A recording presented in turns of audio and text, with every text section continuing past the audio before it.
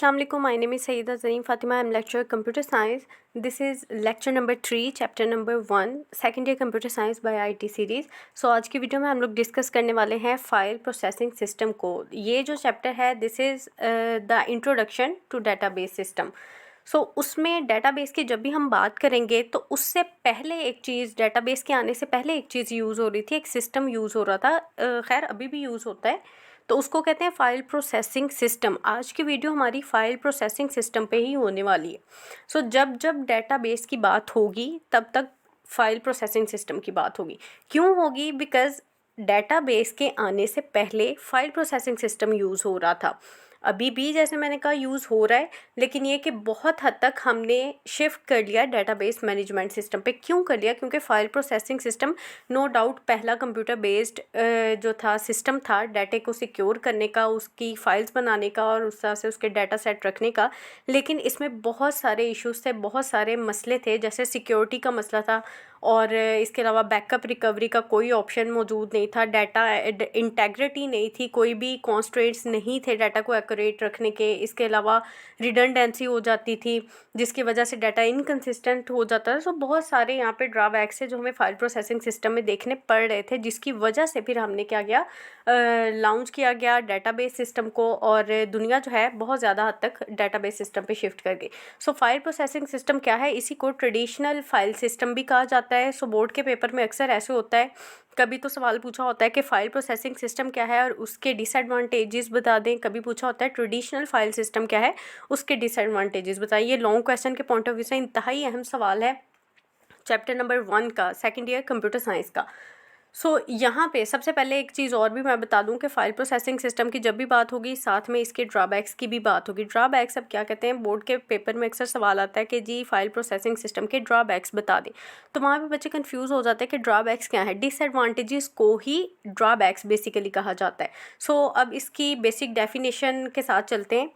सो traditional और simple file processing is the first computer based method to handle business application. जैसे मैंने अभी इस चीज़ को मेंशन किया था कि ये पहला कंप्यूटर बेस्ड सिस्टम था जो कि बिजनेसेस एप्लीकेशंस को हैंडल करता था. In the past many organisations stored data in files on tape और डिस्क.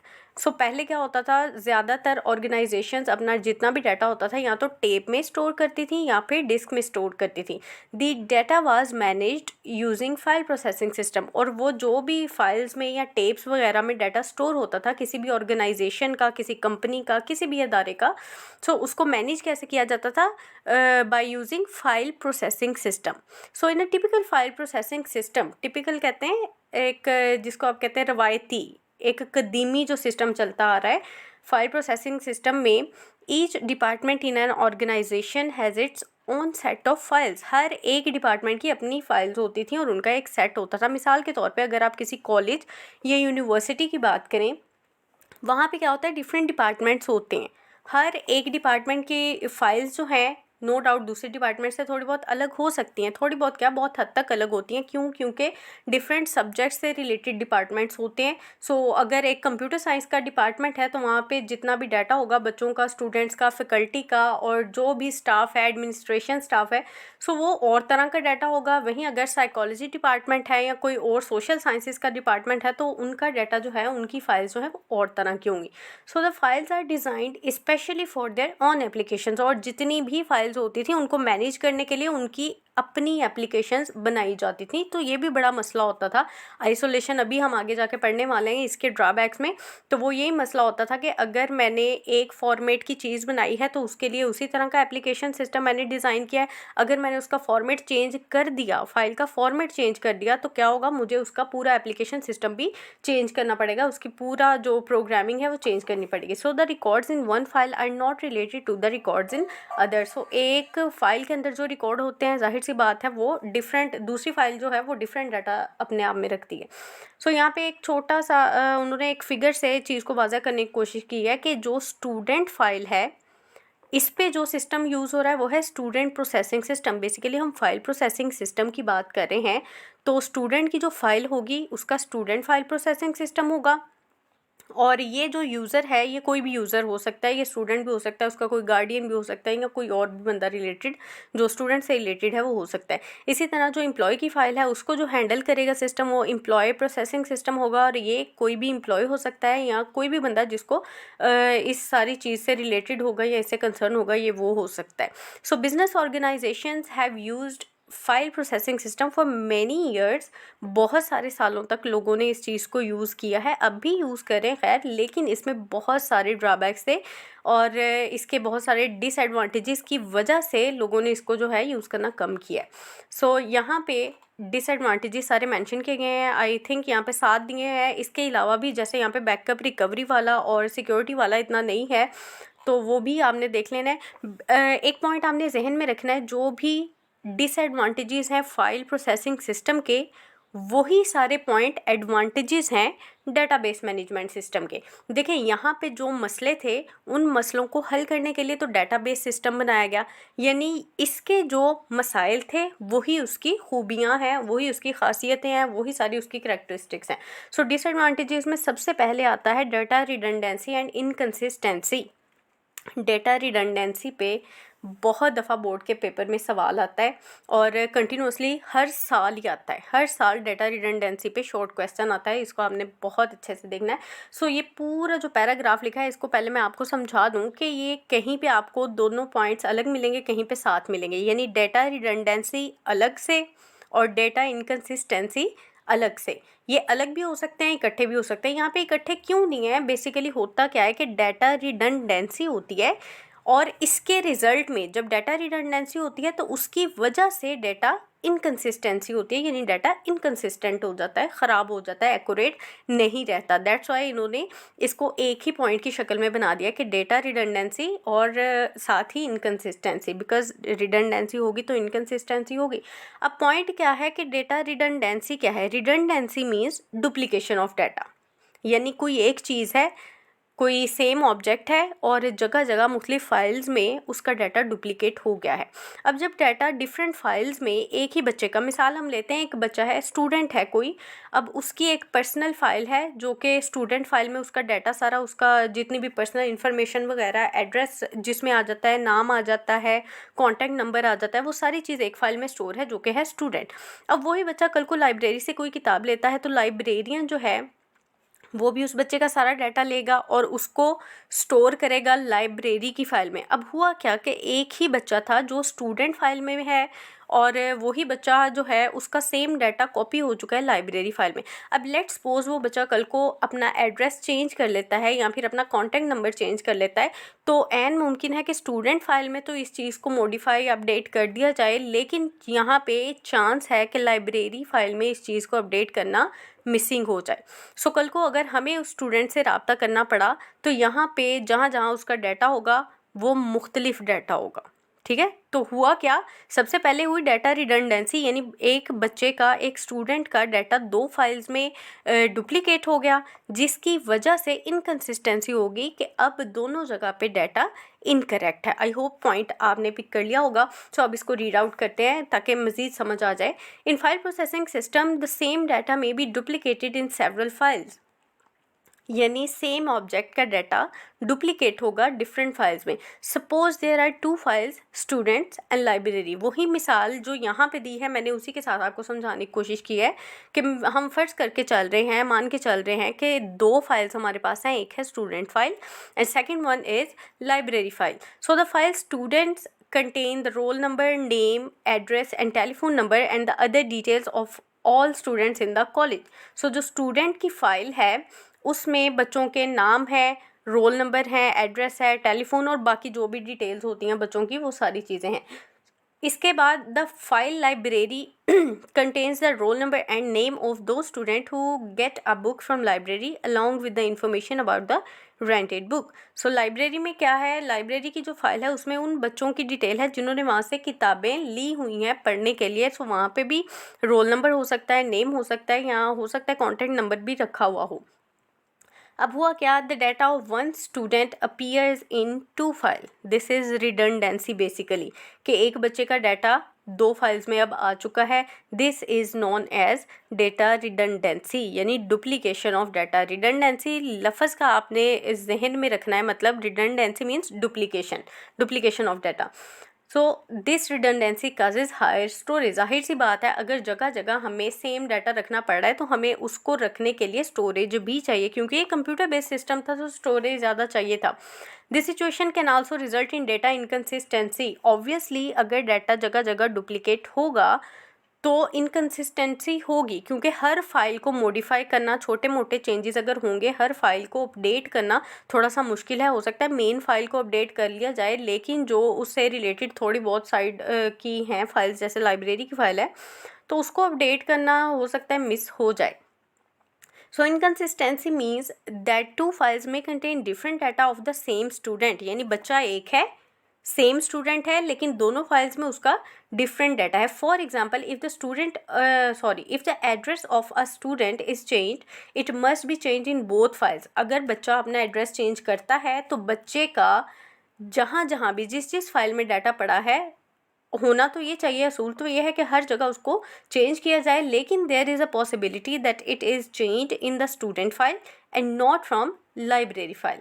लेकिन चांस क्या है कि जो मेन फाइल है बच्चे की, वहाँ पे तो चीज़ को अपडेट कर दिया जाएगा, लेकिन लाइब्रेरी फाइल में हो सकता है चीज़ अपडेट ना की जाए। सो data becomes inconsistent in this situation, और यही वो सिचुएशन है कि डाटा इनकन्सिस्टेंट का मतलब है इनकरेक्ट, तो डाटा इनकरेक्ट हो गया। दूसरा पॉइंट क्या है, बेसिकली क्योंकि हम बात कर रहे हैं फाइल प्रोसेसिंग सिस्टम के ड्रॉबैक्स की या उसके डिसएडवांटेजेस की, तो दूसरा जो बड़ा डिसएडवांटेज है वो है data isolation. The data in file processing system is stored in various files. हमें पता है हर एक डिपार्टमेंट की अलग फाइल होती हैं, हर किसी की अपनी अपनी अलग फाइल है।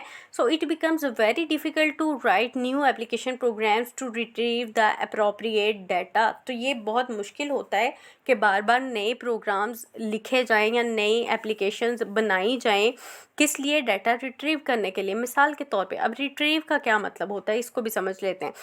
अब बच्चा यहाँ पे थोड़ा सा कंफ्यूज होता है, एक होता है डाटे को एक्सेस करना, एक होता है रिट्रीव करना। अब दोनों का मतलब क्या होता है कि डाटे को उस तक रसाई आपको मिलना।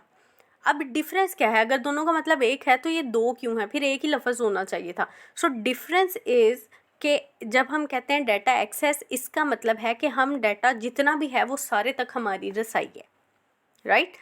और रिट्रीव का क्या मतलब है कि डाटा तो सारा मौजूद है, लेकिन हमें रिक्वायर्ड डाटा निकालना है। सो मुझे जो चाहिए मैं बस वो चीज़ पिक करूँगी यूजिंग फ़िल्टर्स या जो भी चीज़, और इस चीज़ को कहा जाता है डाटा रिट्रीव करना। इसकी इंतहाई सिंपल मिसाल है, जब आपका बोर्ड का रिज़ल्ट आता है तो होता क्या है, जितने भी बच्चों ने उस पर्टिकुलर बोर्ड के थ्रू एग्ज़ाम दिया होता है उन सब का रिज़ल्ट जो है डेटाबेस में स्टोर कर दिया जाता है रिज़ल्ट वाले दिन।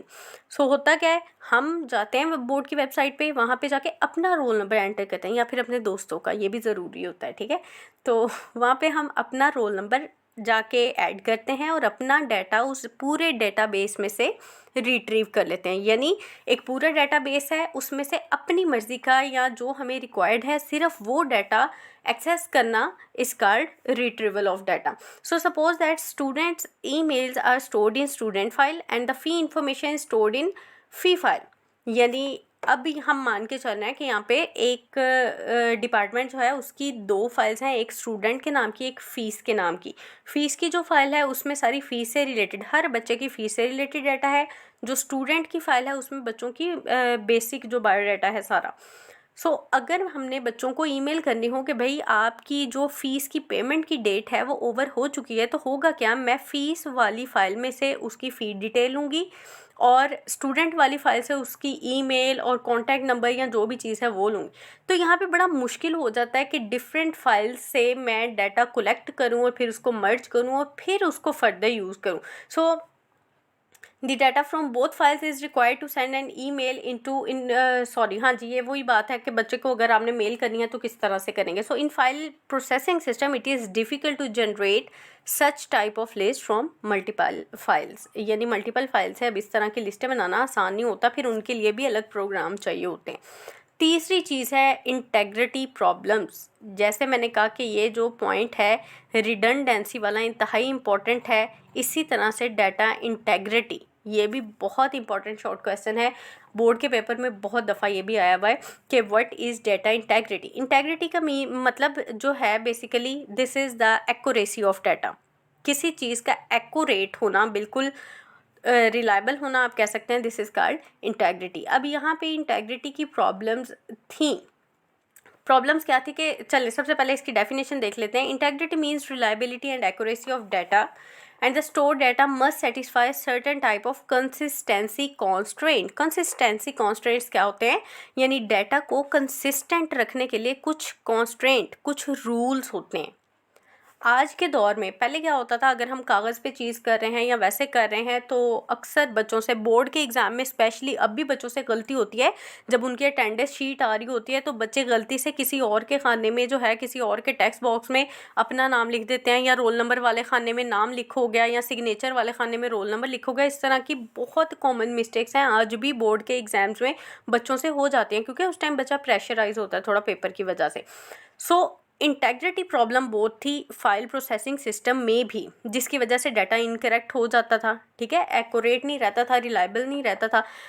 कंसिस्टेंसी कॉन्स्टेंट की एक मैं इंतहाई आसान मिसाल लूँ कि आप आज के दौर में अगर कोई ऑनलाइन फॉर्म फिल करते हैं तो आप क्या करते हैं, अगर फ़ोन नंबर के खाने में, फ़ोन नंबर के टेक्स्ट बॉक्स में अपना नाम लिखते हैं तो साथ ही नीचे हाईलाइट कर दिया जाता है इस चीज़ को कि भाई यहाँ पे न्यूमेरिक डाटा लिखना है, यहाँ पे अल्फ़ाबेटिक डाटा या टेक्स्ट नहीं लिखना है। उससे मुझे पता चलता है कि ओ अच्छा, मैं तो गलती से यहाँ पे ये चीज़ मेंशन कर रहा था, ठीक है। तो वो चीज़ का क्या मतलब है कि डेटाबेस में पीछे कंसिस्टेंट रखने के लिए डाटे को कोई कॉन्स्ट्रेंट लगाए गए हैं। यानी यहाँ पे अगर कॉन्टैक्ट नंबर का टेक्स्ट बॉक्स है तो वहाँ पे सिर्फ न्यूमेरिक डाटा ही आएगा। अगर आपके नाम की वो जगह है, नाम का टेक्स्ट बॉक्स है, तो उसमें आप फ़ोन नंबर नहीं लिख सकते, ठीक है। यही चीज़ आगे उन्होंने बताई है कि for example roll number and marks of students should be numeric value, कि बच्चे के रोल नंबर जो है बच्चों के और उनके मार्क्स जो है ये न्यूमेरिक वैल्यूज़ में होते हैं। So it is difficult to apply these constants on files in file processing system. और फाइल प्रोसेसिंग सिस्टम में इस चीज़ को मेंटेन करना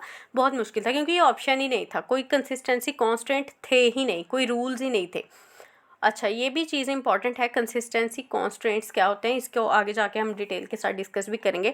ओके, सो फोर्थ जो ड्रॉबैक था फाइल प्रोसेसिंग सिस्टम का, या आप कह सकते हैं disadvantages of file processing system में जो फोर्थ पॉइंट है that is programme data dependency. अब ये मैं बात कर रही थी बेसिकली कि एक प्रोग्राम है, उसका फॉर्मेट, मिसाल के तौर पर मेरे पास एक वर्ड की फ़ाइल है, MS वर्ड की मैं बात कर रही हूँ, जिसकी एक्सटेंशन होती है .doc, यानी डॉक्यूमेंट टाइप है वो चीज़।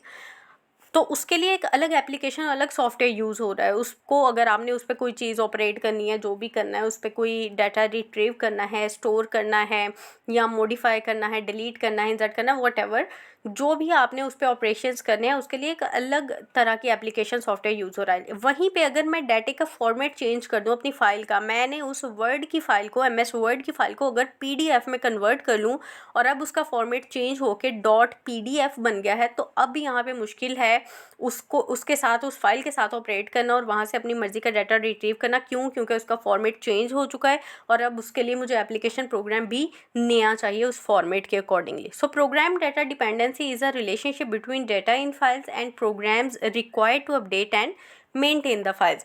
यानी जो डाटा है और उस डाटे को मेंटेन करने के लिए जो प्रोग्राम चाहिए, वो सारा रिलेशनशिप कहलाता है program data dependency. Application programs are developed according to a particular file format in file processing system. यानी फाइल प्रोसेसिंग सिस्टम में जितनी भी डिफरेंट टाइप्स की फाइल्स हैं, उनके अपने ही पर्टिकुलर ख़ास अपने एप्लीकेशन प्रोग्राम्स होते हैं। So if the format of file is changed, अगर मैंने फाइल का फॉर्मेट चेंज कर दिया, the application program also needs to be change accordingly. तो फिर उसका जो एप्लीकेशन प्रोग्राम है उसी के मुताबिक उसको भी चेंज होना पड़ेगा। For example if there is a change in the length of postal code, ये भी मिसाल है कि अगर पोस्टल कोड वगैरह की लेंथ मैंने बढ़ानी है तो फिर मैंने उसका प्रोग्राम दोबारा से डिकोड करना है, दोबारा से उसको चेंज करना पड़ेगा। And this changes may be costly to implement. जाहिर सी बात है, अब पूरा एप्लीकेशन प्रोग्राम नया बन रहा है, आपने जो डिकोडिंग पे जितनी भी आपकी कॉस्ट आनी है किसी बंदे को लगाएंगे, खुद करेंगे, टाइम लगेगा, पैसा लगेगा, तो ये चीज़ें बहुत कॉस्टली पड़ जाती हैं। उसके बाद जो पांचवी प्रॉब्लम थी हमें फाइल प्रोसेसिंग सिस्टम में, वो थी एटॉमिसिटी प्रॉब्लम। एटॉमिसिटी क्या होती है कि भाई चीज़ों को करने के कुछ स्टेप्स होते हैं, ट्रांजैक्शंस होती हैं, तो आप क्या करें कि या तो काम शुरू ही ना हो या फिर वो मुकम्मल हो। ठीक है, पॉइंट क्या है कि या तो काम को मुकम्मल किया जाए या फिर किया ही ना जाए। This is called atomicity. तो यहाँ पे एटॉमिसिटी की भी प्रॉब्लम थी, क्योंकि इस तरह का कोई कॉन्स्ट्रेंट तो था नहीं कि यहाँ तो पूरा ही हो काम या फिर ना हो, तो उसकी वजह से बड़ा डाटा जो है इनकन्सिस्टेंट हो जाता था। सो फाइल प्रोसेसिंग सिस्टम में ये बहुत बड़ा ड्रॉबैक था जिसको ओवरकम किया था फिर डाटाबेस मैनेजमेंट सिस्टम ने। An operation on data may consist of different steps and the collection of all steps required to complete a process is known as transaction। कोई भी ऑपरेशन परफॉर्म करने के लिए डिफरेंट स्टेप्स आपको follow करने पड़ते हैं, और वो जो पूरी कलेक्शन होती है कि ये है ये है ये है, जितने भी स्टेप्स हैं वो सारे कलेक्टिवली एक ट्रांजैक्शन कहलाते हैं। So atomicity means that either one transaction should take place as a whole or it shouldn't take place at all. यानी या तो एज अ होल चले चीज़ या फिर नॉट एट ऑल चले, या तो कंप्लीट हो सारे प्रोसेस या एक भी चीज़ ना हो।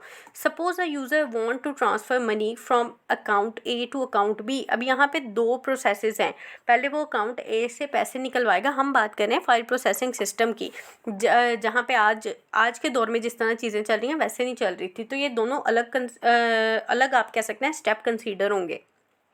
अकाउंट ए से पैसा निकालो और बाद में उसको ऐड करना है अकाउंट बी में। सो लेट्स सपोज मैंने अकाउंट ए से अभी पैसा निकाला ही था और मुझे कन्फर्मेशन मैसेज आ चुका है कि आपके अकाउंट ए में से पैसे डिडक्ट हो चुके हैं और आपका प्रोसेस जो है यहाँ से कंप्लीट हो चुका है। अब लेट्स सपोज अगला स्टेप करने से पहले ही मेरा सिस्टम फेल हो जाता है किसी भी वजह से, तो हुआ क्या, अकाउंट ए कह रहा है कि भाई मेरे से काम हो गया, अकाउंट बी को कोई रिसीविंग कंफर्मेशन का मैसेज नहीं आया इसके थ्रू हमें। सो यहाँ पे मसला हो जाता है। ठीक है, तो पॉइंट क्या है कि भाई यहाँ तो दोनों स्टेप्स होने चाहिए थे, यहाँ एक भी ना होता। ठीक है, सो suppose that the system fails when the computer has perform the first step. अगर पहला स्टेप परफॉर्म हुआ है और यहाँ पे हमारा सिस्टम हो गया है fail due to some reason, it means that the amount has been deducted from account A but not has been added to account B. यानी अकाउंट ए से अमाउंट डिडक्ट हो चुकी है लेकिन अकाउंट बी में ऐड नहीं हुई। So this situation can make data inconsistent. यहाँ भी वही बात हो रही है कि डाटा इनकरेक्ट हो गया। So file processing system doesn't provide the facility to ensure atomicity of data. File processing system में एटॉमिसिटी बिल्कुल भी नहीं थी, कोई आपको श्योरिटी नहीं थी कि भाई यहाँ तो चीज़ें एज अ होल चलेंगी या नॉट एट ऑल चलेंगी। तो वहाँ पे जो चीज़ चल रही है जिस हिसाब से चल रही है वही ओल्ड फैशन्ड तरीके से चल रही थी। ओके, सो सिक्स्थ पॉइंट हमारे पास आता है security problems. File processing system में सिक्योरिटी प्रॉब्लम्स बहुत हैं। मिसाल के तौर पे आज अगर हम एक डिपार्टमेंट की, यूनिवर्सिटी डिपार्टमेंट की बात करें, तो हर बच्चे का एक जो होता है स्टूडेंट पोर्टल होता है जहाँ पे वो जाके अपना रिजल्ट देख सकता है। अब बच्चे की एक्सेस जो है उस पोर्टल पे सिर्फ इतनी है कि वो एक व्यूअर है, वो सिर्फ देख सकता है, इसके अलावा कुछ नहीं कर सकता।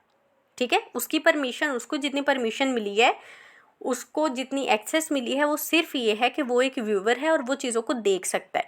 वहीं एक टीचर जो है वो उस पोर्टल में जाके देख भी सकता है और चीज़ों को मॉडिफाई अपडेट भी कर सकता है। जाहिर सी बात है उसने एग्ज़ाम्स के मार्क्स वहाँ पे अपलोड करने हैं, असाइनमेंट्स के करने हैं, प्रेजेंटेशन के, सेशनल मार्क्स जो होते हैं। यूनिवर्सिटी के टीचर्स इस चीज़ को ज़्यादा अच्छे से समझते हैं, यूनिवर्सिटी के बच्चे भी, कि उनके पोर्टल पे सारी चीज़ें जाके टीचर ने अपडेट मॉडिफाई भी करनी होती हैं। सो ये है कि टीचर की भी बहुत ज़्यादा एक्सेस नहीं है, वो पोर्टल में जाता है और ये सारे काम कर सकता है। ठीक है, वो डाटा देख सकता है, उसको चेंज और मॉडिफाई कर सकता है, अपलोड कर सकता है, इस तरह से चीज़ें कर सकता है। अब वहीं पे अगर उस डिपार्टमेंट का जो HOD है या चेयरमैन है वो क्या कर सकता है, वो चाहे तो सारा डाटा डिलीट कर सकता है, जबकि ना स्टूडेंट कर सकता है ना टीचर कर सकता है। अब HOD के पास ये भी एक्सेस है, यानी हर बंदे के पास डिफरेंट टाइप ऑफ परमिशन है कि वो इस तरह से डाटा को हैंडल कर सकता है। सो ये चीज़ फाइल प्रोसेसिंग सिस्टम में नहीं थी। डेटाबेस इस तरह का देता है, आप देखें, आप यूट्यूब चैनल ही इवन आपका होता है ना, उसमें आप अगर किसी को परमिशंस दे रहे हैं चैनल को मैनेज करने की, आप उसको एज अ मैनेजर ऐड कर सकते हैं, एज अ एडिटर कर सकते हैं, एज अ व्यूअर कर सकते हैं, एज अ एडिटर लिमिटेड कर सकते हैं। So different types of permission जो होते हैं वहाँ पे अवेलेबल होते हैं। So file processing system doesn't provide adequate security on data, कोई ज़्यादा अच्छी खासी सिक्योरिटी नहीं दी जा रही थी। In some situations it is required to provide different types of access to different users, यानी बाज़ात ऐसा होता है, जैसे अभी मैंने यूनिवर्सिटी के स्टूडेंट पोर्टल की बात की, कि ऐसा होता है कि आपको मुख्तलिफ़ लोगों को मुख्तलिफ़ तरह की परमिशंस और एक्सेस देनी होती है। For example, a data entry operator should only be allowed to enter data. Data entry operator सिर्फ डाटा एंटर करेगा, and the chairman of the organisation should be access और डिलीट द डाटा कम्प्लीटली। और chairman के पास ये permission है, ये authority है, इतनी डाटा एक्सेस है कि वो डाटा को डिलीट करना चाहे तो भी कर सकता है। So such type of security options are not available in file processing system. और यही वजह थी कि फ़ाइल प्रोसेसिंग सिस्टम में ये बड़े मसले मसाइल होते थे सिक्योरिटी के, यहाँ तो आपको पूरी की पूरी एक्सेस है, यहाँ बिल्कुल एक्सेस नहीं है। तो ये बहुत बड़ा उसका ड्रॉबैक था। लास्ट वन ऑप्शन, अब यहाँ पे बैकअप वगैरह का उन्होंने पॉइंट ऐड नहीं किया, वो जब हम डेटाबेस मैनेजमेंट सिस्टम और उसके एडवांटेजेस पढ़ेंगे तो वहाँ पे ऐड किया हुआ होगा, वहाँ से उसको देख लेंगे। तो आप यहाँ पे भी ऐड कर सकते हैं कि भाई उसमें बैकअप का या रिकवरी का कोई ऑप्शन नहीं था। सो प्रोग्राम मेंटेनेंस क्या है? The programs developed in file processing system are difficult to maintain because most of the budget may be spent on maintenance. It makes it difficult to develop new application. अब हर different format की file का अपना application system है, और वक्त के साथ साथ चीज़ें अपग्रेड भी होती हैं, न्यू फीचर्स भी आते हैं, तो मेंटेन भी करना होता है। सो वो बहुत ज़्यादा कॉस्टली पड़ जाता था फाइल प्रोसेसिंग सिस्टम में। सो आई होप आपको समझ लग गई होगी कि फ़ाइल प्रोसेसिंग सिस्टम एक कंप्यूटर बेस्ड सिस्टम था जो कि डेटाबेस मैनेजमेंट सिस्टम के आने से पहले यूज़ हो रहा था, अब भी यूज़ हो रहा है, लेकिन ये इतना एफिशिएंट नहीं है। इसके बहुत सारे ड्रॉबैक्स हैं, और आज की वीडियो में हम लोगों ने यही डिस्कस किया है कि file processing system and drawbacks और disadvantages of file processing system. I hope हर पॉइंट क्लियर हो गया होगा, लेकिन अभी भी अगर आपको कोई कन्फ्यूजन है तो आप कमेंट्स में पूछ सकते हैं, मैं इंशाल्लाह आपके कमेंट्स का लाजमी जवाब दूंगी। Thank you so much.